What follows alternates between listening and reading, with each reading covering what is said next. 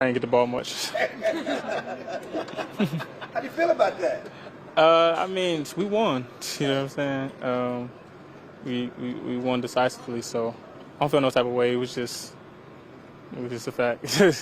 You've never been that guy anyway, at least publicly playing, unless you Couldn't hear the last part. What did you say? You never want to complain about not getting touches anyway, at least publicly. Uh-huh. Do private. Oh, okay, yeah. No, it's just I never felt like I needed a lot of touches anyway. Like I remember when I first got to Alabama, and even in high school, I could make a lot out of a little bit. So. Game plan this week because they went so much could be a little bit more like week one in the last 2 weeks where they played that. You never know, man. Just because we're so multidimensional, but they do play more man-to-man than we've been seeing. So, yeah, I mean, there should be more opportunities for us, for sure. How well is Dak Prescott playing? Accuracy is 77%. I mean, it's like, how well do you think? He's playing. I think he's playing his best football. This is the best I've seen him, and I'm sure he'll tell you the same. One of the biggest things I've noticed is he's getting the ball out so much faster. I wouldn't say he's more confident just because he's always been a confident player, but I think he has a better understanding of what we're trying to do as an offense. He knows his reads pre-snap, and he's able to adapt faster to a post-snap situation. So, just experience, really. The command at the line of scrimmage, get y'all in and out of play. Oh, he's getting us in and out like extremely fast. The fastest I've been around. So, yeah. I don't want to suggest that you needed confidence, but does that give you and the other receivers confidence of knowing how on his game he is? Of course, just because the quarterback he controls a lot on a football team. You know, the way he plays can decide a lot. So of course it gives me confidence for sure. What have you thought about Kellen Moore's game plan the last couple of weeks and how it's been so unpredictable? What opposing defenses can expect? I just think he understands what each of us do well on offense, and he draws up plays according to that, and they've been working. So, you know, he's been doing a good job. Does he consult with you guys in that sense? In other words, hey, I ran this one play. I'd like us to consider that. Put it in the playbook. Not really. Like I said, I think he just knows. Like, I think he's confident in the fact that he's confident in the plays that he draws up, and they're usually really good plays. So, I don't think he really has to consult with us on them. What's your view of what Zeke and Tony Pollard have done the last couple of games and how well they've been able to run it? Man, they've done extremely well when we needed them the most. You know, like I said, we played a couple of too high teams. You know, and you really want to run on those type of teams. You know, until they start to load the box, but they didn't do it. And so when we needed them the most, they just stepped up in those situations, and I think that's a big part of why we're successful. I think every guy on the offensive side of the ball, and on the defense too, has been stepping up to the plate when their number has been called. So. That's why there's no reason to complain about not hitting the ball because you have so many weapons. I mean, Schultz had 2 touchdowns. You got TD and you got the guys in the back. I mean, it's selfish. That would be very selfish to complain about the ball and you won by 20 points. Like, obviously, we were doing everything right, you know. So I'm fine with it. Does it feel like you guys maybe not walking the screen stuff that's more? Is that more part of the game this year than it has been in the previous years? Or What you mean blocking on what? for the receivers, like I feel like your role as involved in including blocking downfield and screens. And the screens have been pretty good. Yeah. I mean, we run tight end screens. We get a TP out in space on screens. Obviously, running back screens. So yeah, I mean, yeah, that's true. But in that moment there too, like you have to change your mentality. Right? You're just out of that last line of if you open it up, you could become a huge play. Yeah, for sure. I mean, you got to understand that's TP. You know, he can. I mean, he could break any given play he's in. He could go for 50, 60 yards. So we know that, and that's how we approach the screens. Like, yo, if we get these blocks downfield, he'll probably score this thing. So. Was also the second touchdown, what's going through your mind when he cuts in, and did you think he was going to make it all the way? Well, see, I didn't even think he would cut back, and I told him that. I'm like, man, what's gotten into you? Like, he's like, man, I needed that. But it was cool to see. I was surprised, like when I was in the end zone, he caught it. I mean, because he's a tight end, you know what I mean? And I just didn't. It was surprising, but that's just his confidence growing a lot. He's been working extremely hard, man. The past couple of years, actually, I always see him up here when I'm up here in the off season, just getting in extra work, and it's paying off. So it's a good thing.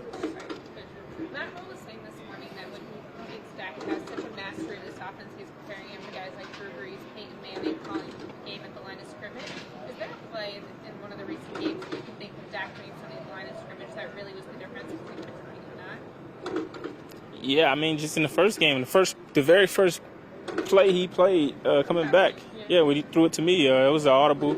He saw, I think it was a linebacker covering me or in front of me, and it was just easy money. So he got all the audibles down pat.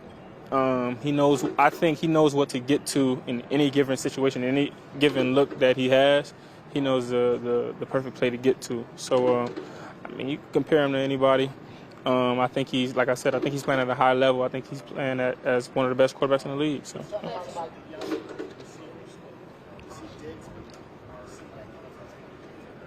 Yeah, I've been telling people about Dick. Like, I go against him, so I would know, you know, like, even if I win the rep, like, you can tell just by the competitiveness of the guy. Like, you know, as if he does get beat, like, in practice based off of what you guys see, he's always right there. He's always fighting for the ball at the last minute. He's a ball hawk. I mean, you know, I wouldn't know. So I've been telling people, like, yeah, he's legit for sure. When you're coming off a big win like this, I mean, it's easy to talk about not having a letdown, but what have you learned in your career about actually, like, psychologically defending against that? Defending against what? A letdown? Like what, losing? Like taking a team lightly coming off of it. Oh, I get what you're saying. Yeah, I mean, I think that's it's something that's pretty natural to do. You mean like the next opponent? Yeah, it's something natural to do. But I mean, the team we're playing, they're 3-0, so I don't think we'll have that problem this week. But I get what you're saying. Yeah, teams do that, but I think that goes back to, you know, how bad you really want to win, how bad you really want it. So yeah, I don't think we're gonna have that problem. I would go back first, Diggs, for a second. I mean, you battled every day in practice. Just from last season to now, where have you seen the most growth? Well, last season he was good. But there's always an adjustment period, no matter how good you are. And I think he's adjusted well. If I had to point out one thing, I would say he's able to I mean, he always had great instincts, but I think his instincts has gotten a little better, like in terms of just knowing what route someone is going to run based off of their body language. That's why as a receiver you have to be real disciplined. Like, you don't train to go against the average corners in the league. You train to go against, you know, the great corners in the league. And the great corners, they have similarities to Diggs, a young corner, who they can read that body language real well, and their instincts start to take over, and they'll jump routes and things of that nature. So you have to be real precise. What's the importance of tempo as an offense? Do you feel like that's something that you guys have been able to do really effectively so far? Yeah, I mean, you know, you playing guys, you know, we ain't 18 no more, you know what I'm saying? Like, guys get tired, guys are out of shape, and you want to expose that if they are out of shape, you know what I mean? And I think we've done a good job of that, you know. Even the greatest players in the league, you know, on the defensive side of the ball, the opponents that we've played, that tempo gonna expose their conditioning. So. Was there a point in Monday's game where you felt like tempo was, you could tell looking across the line that? For sure. Like, I think, you know, we be tired too now, but we've shown over the past 3 weeks that we're the better conditioned team than the teams that we've been playing, and that's all that matters. Like, yeah, we're gonna be tired. I mean, it's a sport, you know. But if you're more conditioned than the team you're playing, you're gonna be more successful when you go tempo, for sure. There's been a lot of hype around the Cowboys after that win Monday night. So a lot of excitement. McCarthy made a point to talk to y'all about having success and not eating cheese, so to speak.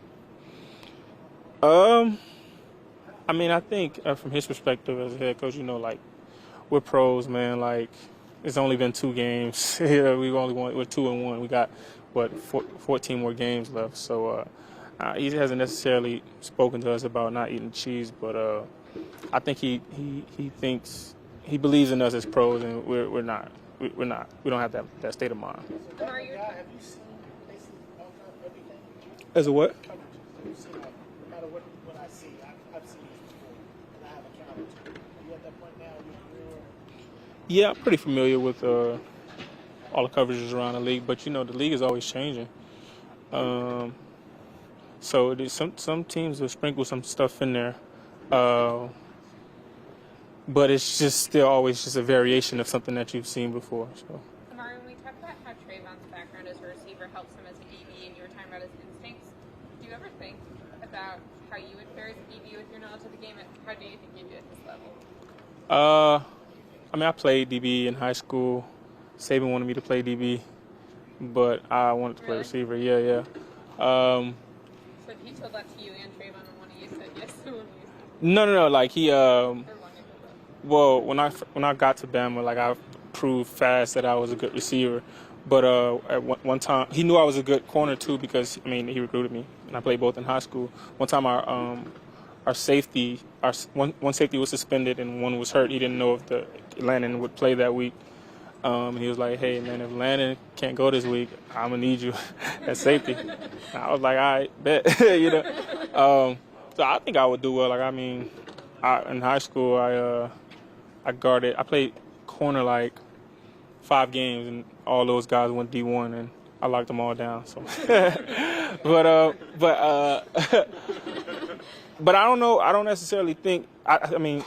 Playing receiver is a huge part of why Diggs is a really good corner, but I don't think it's all that. I think in my opinion the biggest reason is you can tell there's different types of football players. I think you can tell he just grew up in it, not organized because we all grew up playing organized football, but always with a football around the crib, playing backyard football with his brothers who all play football. I think that's the biggest reason because I was the same way, So, yeah. Amari, what do you remember about the stadium last year after Dak got hurt? Like, you mean the fans or just? The sideline, everything, just the whole deal. What and for you, when did you realize, man, this is bad? All right, so I can only speak from my perspective, but I didn't know. I didn't know what had happened. I thought it was just he just maybe went down with a tweak, like how I went down in the game with the ribs and a timeout and those things. But people were like, their reaction was so weird, and I'm like, what's going on? And they was just like, people were just really sad. And so I went over there and I saw it and I understood why. So that was from my perspective.